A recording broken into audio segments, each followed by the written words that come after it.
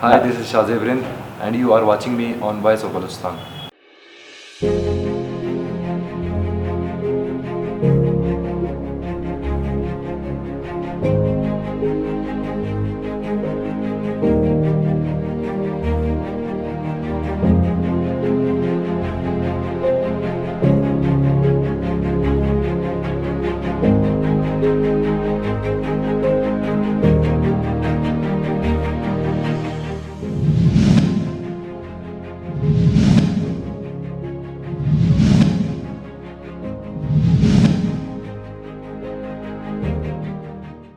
अस्सलाम वालेकुम, मेरा नाम शाज़िब रिंद है और मेरा ताल्लुक़ क्वेटा बलूचिस्तान से है। और मैं ये गेम वुशु का प्लेयर हूँ और किक बॉक्सिंग भी मैंने खेला है, MMA भी मैंने कुछ फ़ाइट्स की है।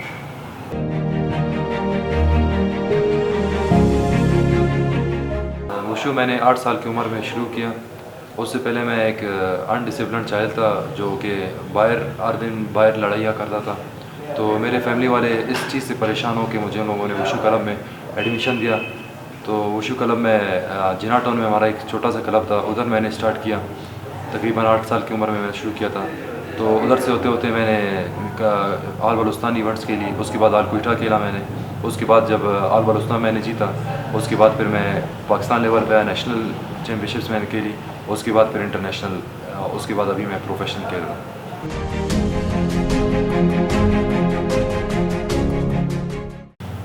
सांदा इसलिए मैंने चूज़ किया क्योंकि मैं सांदा एक कॉम्बैट गेम है जिसमें मारदाड़ है, तो मुझे मारदाड़ पसंद था। ये मतलब इसमें पूरा कॉम्बैट गेम है कंप्लीट। इसमें आप बॉक्सिंग भी कर सकते हो, टाइकोंडो भी कर सकते हो और रेसलिंग भी कर सकते हो। इन तीनों चीज़ों का कॉम्बिनेशन है, तो इस वजह से ये थोड़ा हार्ड गेम था, तो मुझे इसी वजह से पसंद है। इसी वजह से फिर मैं सांदा मैंने शुरू किया।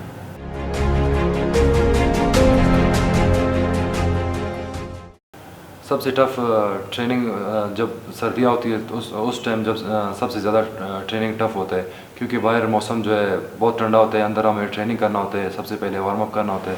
तो सर्दियों में ट्रेनिंग करना बहुत सख्त है। जब फाइट्स होती है तो उसके लिए आपको मेंटली भी फ़िट होना पड़ता है, साइकोलॉजिकली फिट भी होना पड़ता है। तो आपने सब चीज़ों को लेके चलना पड़ता है। सबसे पहले आपने अपने आप को साइकोलॉजिकली फ़िट करना पड़ता है, माइंडसेट अपना बनाना होता है कि इवेंट में क्या करना है, आपने कैसे फ़ाइट करना है। और उधर क्राउड बहुत ज़्यादा होती है, तकरीबन 12,000 10,000 लोग बैठे होते हैं, तो उन सब के सामने अपनी परफॉर्मेंस करना होता है।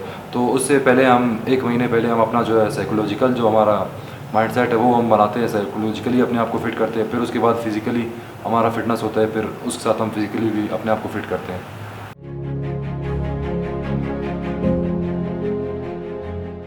तो हमें इधर सेफ्टी कोई इक्विपमेंट्स नहीं है। हम अपने मदद आपके तहत जो है जितना भी सेफ्टी हो सकता है वो हम करते हैं, लेकिन फिर भी सेफ्टी की बहुत ज़्यादा इस गेम में ज़रूरत है। अगर फाइट इमेजिन करो फाइट से पहले आपको इंजरी हो गया, तो इसमें यह होगा आपका 50% जो है गेम वो आप पहले से ही लूज़ कर जाओगे। तो ट्रेनिंग के लिए सबसे ज़्यादा जो है सेफ्टी इक्विपमेंट बहुत ज़्यादा लाजमी है।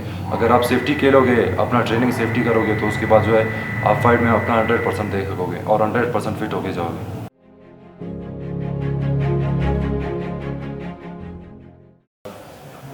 वुशु जो है एक मतलब अभी पहले ये बहुत मतलब ये कल्चरल है, चाइनीज़ कल्चर है। चाइनीज़ कल्चर था। पहले लोग जो है चाइनीज़ जो लोग होते थे वो अपना सेफ्टी के लिए वुशु गेम खेलते थे, ताकि वो अपने जो क्या कहते हैं उसको, जो एनिमीज़ है उनसे वो सरवाइव कर सकें। तो उसके लिए इन लोगों ने ये शुरू किया था और ये बेसिकली चाइनीज़ कल्चर है। तो उसके बाद होते होते ये जो है स्पोर्ट्स में तब्दील हो गया। तो अभी ये वर्ल्ड में नंबर 2 माना जाता है कि ये सबसे मतलब बेस्ट गेम है। फिज़िकली भी इंसान को इसमें बहुत ज़्यादा फिट होना पड़ता है, साइकोलॉजिकली भी फिट होना पड़ता है। तो ये जो है कंग फू जो है पहले से बहुत मतलब बेहतर हो चुका है।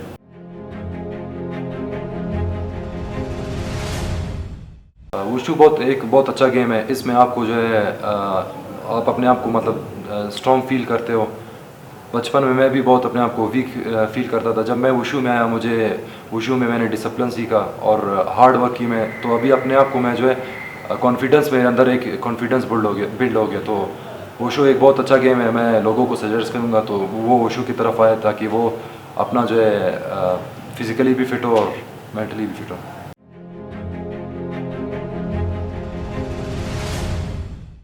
तीनों प्रैक्टिस करना मतलब इतना मुश्किल नहीं है। अगर आप मतलब इसके लिए टाइम आपको ज़्यादा देना पड़ेगा। आप अगर 2 घंटे ट्रेनिंग करते हो बॉक्सिंग के लिए या टेक्वांडो के लिए या बाकी जो गेम्स होते हैं उसके लिए 2 घंटे, ये जो है कॉम्बिनेशन है सारे गेम्स का, इसमें आपको जो है 2 घंटे बॉक्सिंग को देना पड़ेगा, 2 घंटे आपको टेक्वांडो को देना पड़ेगा और 2 घंटे आपको अपना रेसलिंग स्किल्स को देगा। सबको मिल के अगर सबका आप कॉम्बिनेशन मतलब सबको टाइम दोगे तो आप जाके एक अच्छा प्लेयर बनोगे।